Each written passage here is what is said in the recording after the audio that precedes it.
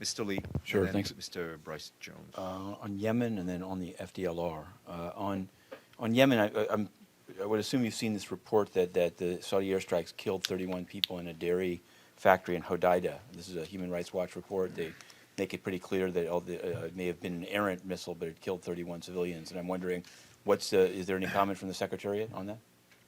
Obviously, as we've said from here, that is incumbent on all the parties involved in this conflict to fully respect international law, which clearly includes the non-targeting of civilian infrastructure, of civilians, of infrastructure, schools, facilities, civilian infrastructure in general.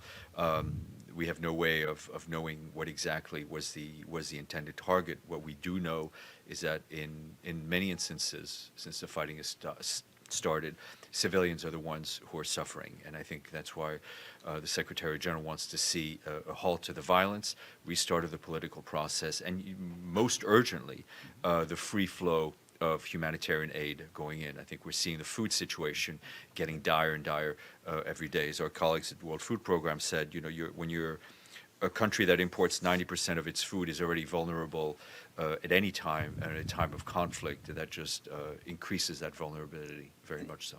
And also in Yemen, I mean, I'm sure you've seen the reports. I don't know if the UN is the source of them, floating Mr. Ismail Ould Cheikh Ahmed as a possible replacement. And what I want to ask you, I know you're not going to say yes or no, but given that he was so recently appointed to head UNMIR, can you say that whoever's working on Ebola will probably stay in that job, or is it? I think whenever there's a senior vacancy at the United Nations, a lot of things float, a lot of names float around.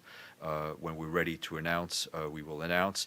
Obviously, the Ebola file is one that's very important to the Secretary General and to the United Nations.